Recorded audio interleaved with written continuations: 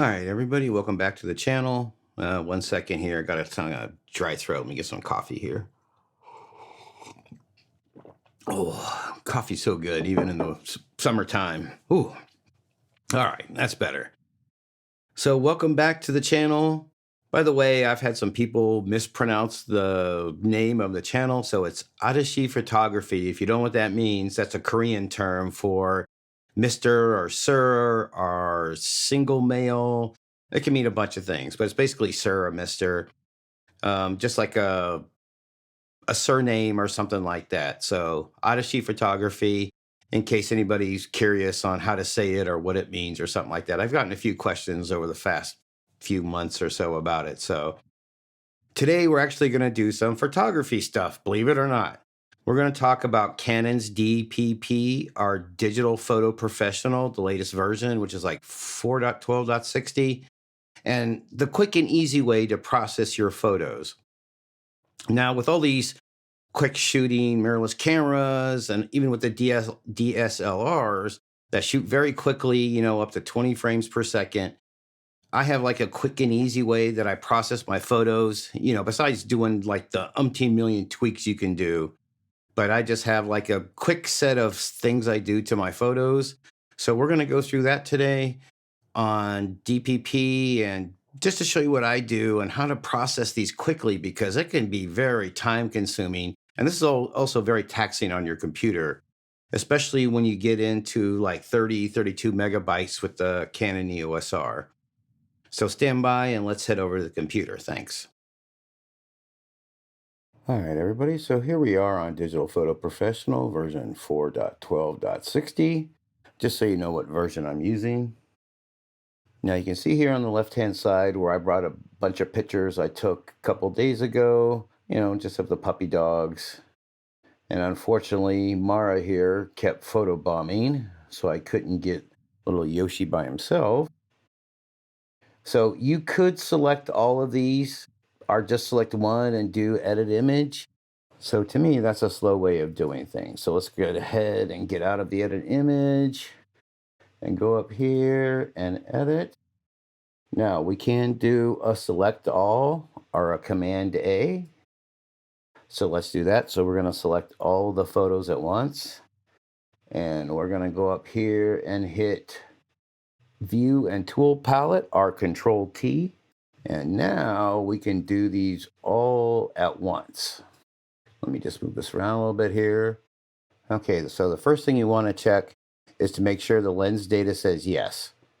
And if it does not, you want to hit the little circle with an arrow and then go in here and select your lenses and install the lens correction data. So that's paramount. So we want to do that first. All of these shots were shot on the RF 15 to 35 f.2L. So right here, RF 15 to 35 f2.L LIS-USM. So we're good to go. We have the lens loaded up into Digital Photo Professional. Now, the first thing I want to do is make sure Digital Lens Optimizer is on, color blur, and peripheral illumination is all turned on. The next thing I want to do is go down here to sharpness. And I want to move this up to about 6 on all my photos. To me, that's like a good halfway between not sharp enough and too sharp. So I found 6 was a good number.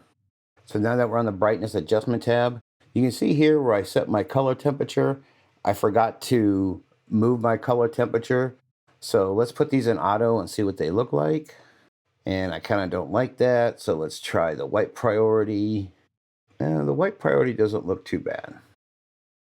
So the next thing I want to do is go down here to my gamma adjustment and hit auto.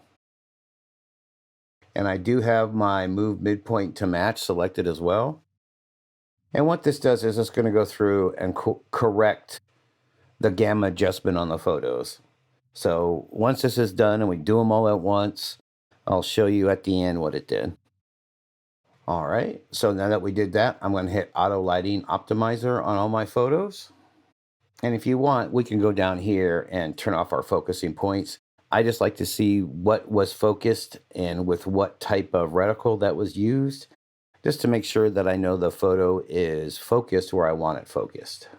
So that is the quick and dirty method of processing your photos. So we can go over here and select just one photo, and you can see here on the gamma adjustment, we're just kind of move stuff around and move the darks or the shadows and the highlights and the midpoint, just move it around so it's a little bit more in the middle of the gamma spectrum. If we right click on the photo, we can see all the info for it. And it'll show you all the corrections and all that other stuff that we did while we were shooting. And then you can see down here our f-stop and our shutter speed and our ISO.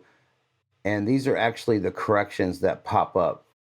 Once you've been correcting them, you'll get these little icons on the bottom. Like this one on the bottom left is lens optimizer, and this one on the right is the auto light optimizer. And that's basically it. That's the quick and down and dirty way of I process my photos. Now you can come in here and do cropping if you'd like. So we'll just click on this picture and say I just want to crop his face right here. And we can move it around a little bit, kind of center this up.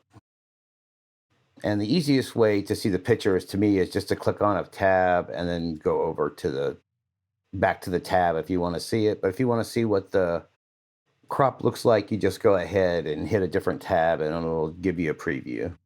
So this is our old guy Oscar. And this is very taxing on your computer. So don't be surprised if you hear fans and all that other stuff in the background. So if you notice, it takes a second for it to get in focus and all that other good stuff.